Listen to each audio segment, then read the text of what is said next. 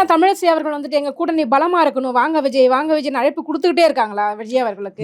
அவ்வளவு பலவீனமாக இருக்கிறதா அவங்க? இல்ல இல்ல, அதாவது என்டிஏ கூட்டணி வந்து பலவீனமா இல்ல, பலமா தான் இருக்கு. விஜய் வந்தால் இன்னும் மேலும் பலமாக அமையும்.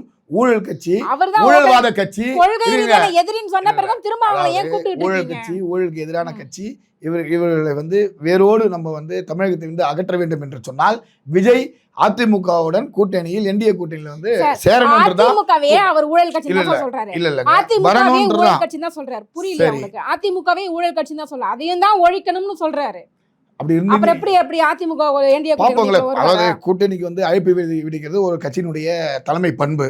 அதை ஏத்துக்காதோ அது பிற கட்சிகளுடைய அது அவங்களுடைய செயல்பாடுகள் பொறுத்து இருந்து பார்த்தா தான் வந்துட்டு தெரியும். அது மட்டுமல்ல, நீங்கள் சொல்வதை போன்றுதான் எந்த கட்சியாக இருந்தாலும் சரி, எந்த அமைப்பாக இருந்தாலும் சரி, எந்த நடிகராக இருந்தாலும் சரி, எதுவாக இருந்தாலும் தேர்தல் முடிந்த பிறகு மக்கள் கொடுக்கின்ற தீர்ப்பை வந்து எல்லாரும் ஏற்றுக்கிட்டு தான் ஆகணும். அதை அடியனும் ஏற்றுக்க தயாராக இருக்கேன். பொறுத்து இருந்து பார்க்கலான்றது எங்களோட கணிப்பு. கரூர்ல 40 பேர் செத்ததுக்கு திமுக வந்து குறை சொன்னீங்க. இப்போ விஜய் மாநாடு நடந்துச்சு சேலம்ல பார்த்தீங்க அப்படின்னா, அங்கேயும் வந்து ஒரு உயிரிழப்பு வந்து ஏற்பட்டிருக்கு. ஒருத்தர் வந்து இறந்திருக்கிறார். அதுக்கும் திமுக தான் காரணமா?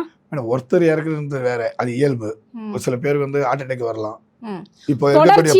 தொடர்ச்சியாக விஜய் அவர்களுடைய மாநாட்டில் பார்த்தீங்கன்னா மயக்கம் போட்டு விழுறதும் உயிரிழப்புகள் ஏற்படுவதுமாக இருக்குது. அப்போ கட்சியில வந்துட்டு ஒரு கட்டமைப்பு சரியில்லாததுனால மக்களுக்கு அங்கே வரக்கூடிய மக்களுக்கான சரியான பாதுகாப்பு ஏற்பாடுகள் செய்யப்படல. அதெல்லாம் வந்து குற்றச்சாட்டுகள் உண்மைதான். ஏன்னு கேட்டீங்கன்னாக்கா, இன்னும் வந்து விஜய் அவங்களுடைய வந்து கட்சி வந்து வேகமாக கொண்டு போகணும்னு நினைக்கிறாங்களே தவிர, அவனோட கட்சி தொண்டர்களில் வந்து சரியான முறையில் கட்டமைப்போடவோ கொண்டு போக இன்னும் அவங்களுக்கு வந்து பேசிக் இன்னும் உருவாக்க தெரியலன்றதான் எங்களோட குற்றச்சாட்டு மட்டும் இல்லை, தமிழகத்தோட அனைத்து கட்சியுடைய குற்றச்சாட்டுகளும் கூட. ஏன்னா அவங்க இப்போதான் புதுசாக கட்சி தொடங்கியிருக்காங்க. அந்த கட்சி தான் வாங்க என் கூட்டணிக்கு வாங்க வாங்கன்னு கூப்பிட்டு இல்ல இல்ல, எழுச்சின்றது வேற மேடம், எழுச்சின்றது வேற, கட்டமைப்புன்றது வேற.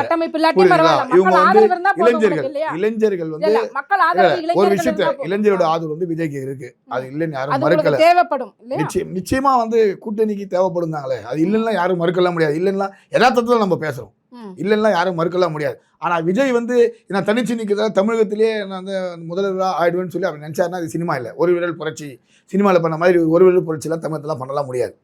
ஏன்னு கேட்டிங்கன்னா, ஒவ்வொரு கட்சிக்கும் இன்றைக்கும் குடும்ப ஓட்டுகள் இருந்துட்டு தான் இருக்குது.